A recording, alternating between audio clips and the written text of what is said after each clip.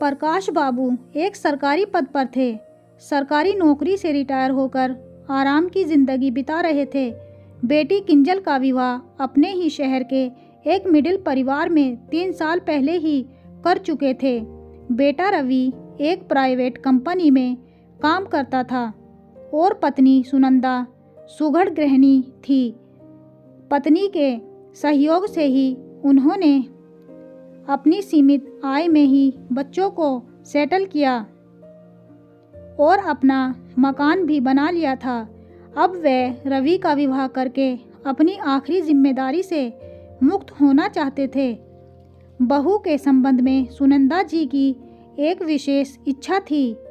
अपने साथ उठने बैठने वालों के मुख से जब नौकरी वाली बहू की बातें सुनती थी तो सोचती थी कि काश मुझे भी नौकरी वाली बहू मिल जाए। शादी ब्याह को सेटल कराने में उनका छोटा भाई काशी बहुत माहिर था। सो अपनी पसंद बताकर रवि के लिए पत्नी ढूंढने की जिम्मेदारी उन्होंने अपने भाई काशी बाबू को दे दी। काशी बाबू ने भी इस काम में तनिक भी देरी नहीं की और अपने ही गांव के एक परिचित की बेटी सुमन, जो सुंदर सुशील होने के साथ साथ सुनंदा जी के ही शहर के एक अस्पताल में महिला की डॉक्टर भी थी, उसे रवि के विवाह की बात चला दी। सुनंदा जी के लिए तो लड़की नौकरी करती है, यही बहुत था। और प्रकाश बाबू ठहरे पत्नी के अनुचर बस। एक दिन सुनंदा जी सपरिवार अपने होने वाली बहू को देखने चल दी। रवि और सुमन ने भी एक दूसरे को पसंद कर लिया और उसी दिन अंगूठी पहनाकर सगाई की रस्म पूरी कर दी गई। शुभ मुहूर्त में सुनंदा जी ने बेटे का विवाह कर दिया और सुमन को बहू बनाकर ले आई। भरा पूरा परिवार और सहेली जैसी ननंद किंजल का स्नेह पाकर सुमन बहुत खुश थी। विवाह से पूर्व ही उसने अस्पताल से 1 महीने की छुट्टी ले ली थी। इसीलिए अपने पति और परिवार वालों के समय बिताने का उसे पूरा मौका मिल गया था। कुछ दिनों बाद किंजल अपने ससुराल चली गई और रवि भी अपने काम पर जाने लगा। सुमन सास के पास बैठती, उनके कामों में हाथ बटाती और उन्हें अस्पताल के किस्से सुनाकर उनका मन बहलाती। उसने भी तो ऐसी ही ससुराल की कल्पना की थी जो उसे मिल गया था। सुनंदा जी तो इतनी खुश थी कि अपने पति और रिश्तेदारों को कहती रहती कि मेरी तो अब सारी उम्मीदें पूरी हो गई है। 1 महीने की छुट्टी खत्म होते ही सुमन अस्पताल जाने लगी। जाने से पहले वह सास ससुर का नाश्ता, दवाइयाँ, फल, दूध आदि सब तैयार कर जाती। कुछ रह जाता तो अस्पताल से घर के नौकर को फ़ोन करके पूरा करने का याद दिला देती थी। अस्पताल से आने पर भी सारे काम पर उसकी बराबर नज़र रहती थी। लेकिन पहले जैसा सास के पास अब वह बैठ नहीं पाती थी। कभी कभी तो उसे रविवार को भी अस्पताल जाना पड़ता था और यही बात सुनंदा जी को खलने लगी।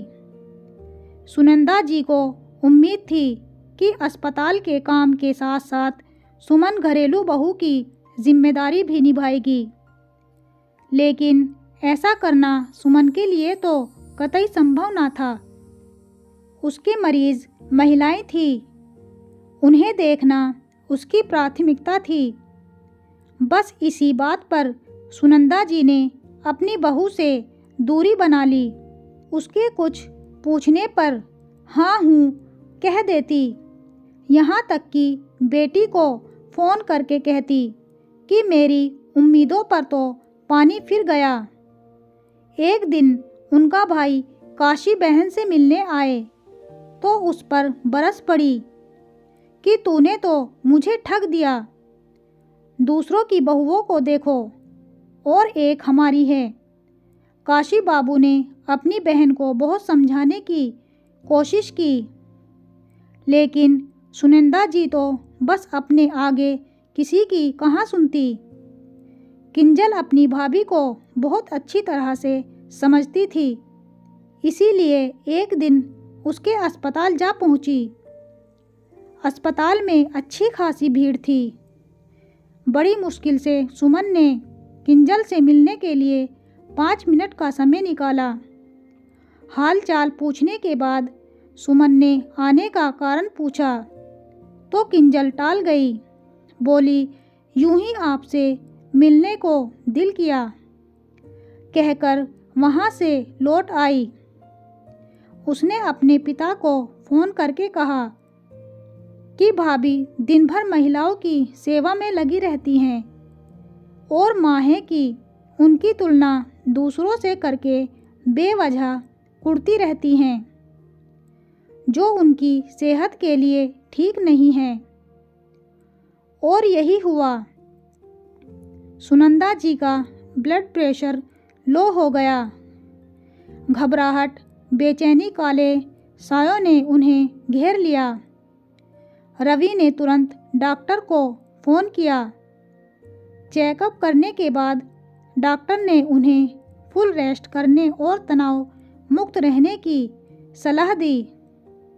सुमन ने अस्पताल से कुछ दिनों की छुट्टी ले ली और सास की देखभाल में जुट गई। डॉक्टर तो वो थी ही, हर तरह से सास का ख्याल रखने लगी। बहू की सेवा से सुनंदा जी के स्वास्थ्य में तेजी से सुधार होने लगा। उसी समय काशी जी बहन से मिलने आए। सुनंदा जी ने कुछ कहना चाहा तो काशी ने उन्हें मुंह पर अपना हाथ रख दिया और बोले, दीदी, दूसरों की बहुएं कैसी भी हो, आपकी बहू जैसी कभी नहीं हो सकती। आपके बदले व्यवहार को देखते हुए भी सुमन के चेहरे पर शिकन तक नहीं आई। किंजल अपने ससुराल है, बेटा अपने काम पर, तो इन सब की कमी सुमन ही तो पूरी कर रही है ना।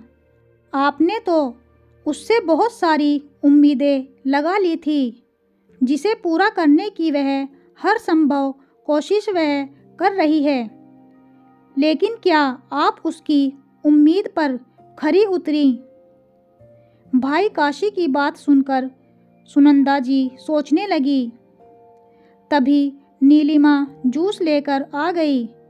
जीजा जी से मिल आता हूँ, कहकर काशी बाबू चले गए और सुमन जूस रखकर जाने लगी, क्योंकि वो नहीं चाहती थी उसकी वजह से मम्मी जी कोई टेंशन ले। तभी सुनंदा जी ने उसका हाथ पकड़कर रोक लिया। बोली, बहू, तुम्हें पाकर मेरी तो सारी उम्मीदें पूरी हो गई, लेकिन मैं कुछ नहीं, कहते हुए उनकी आंखों से आंसू बहने लगे। सुमन उनके आंसुओं को पोंछते हुए बोली, मम्मी जी, मुझे तो आपने उम्मीद से ज़्यादा दिया है। रवि जैसा केयरिंग पति और किंजल दीदी जैसी प्यारी ननंद के रूप में बहन मिलने के बाद तो मेरी सारी तमन्नाएं ही पूरी हो गई हैं। अच्छा, अगर ये बात है तो मेरी एक इच्छा और पूरी कर दो। सुनंदा जी ने हंसते हुए कहा, आज्ञा दीजिए मम्मी जी।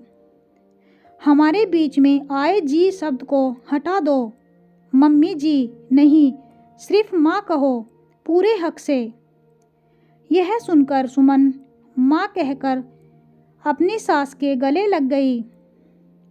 दोनों की आंखों से भावनाओं का समंदर बहने लगा।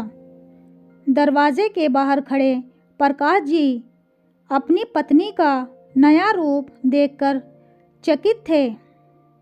सास बहू के नए रिश्ते देखकर वह भी भावुक हो उठे और अपनी आंखों के भीगे कोरों को पोंछते हुए मन ही मन ईश्वर को धन्यवाद देते हुए बोले, हमारी बहू पूरे परिवार की उम्मीद पर खरी उतरी है।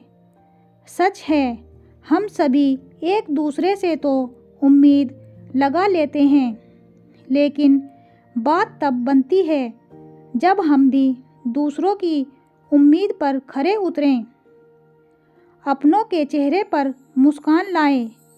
बहू बहू होती है, कोई काम की मशीन नहीं, जो वो बाहर और अंदर सब देखे।